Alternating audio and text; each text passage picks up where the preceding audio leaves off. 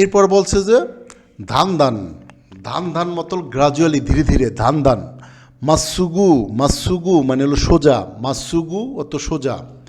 তারপর হচ্ছে হলো সুগু মানে ইমিডিয়েটলি ইমিডিয়েটলি সুগু মাতা অ্যাগিন আবার মাতা মানি তো অ্যাগিন আর একটা আছে কিন্তু মাধা মাধা মানি এখন হয়নি এরকম বোঝায়।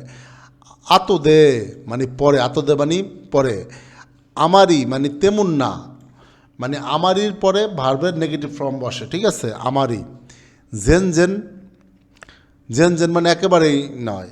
এখন আপনাকে যদি জিজ্ঞাসা করে নিহঙ্গ গা দেখি মাস্কা জাপানি ভাষা পারেন আপনি যদি বলেন যে জেন জেন নিহঙ্গ গা দেখি মাসেন মানে জাপানি ভাষা একবারই পারেন না ঠিক আছে তাহলে তো আপনাকে জাপান যেতে তারা রাজি না জাপান নিতেও রাজি না ঠিক আছে।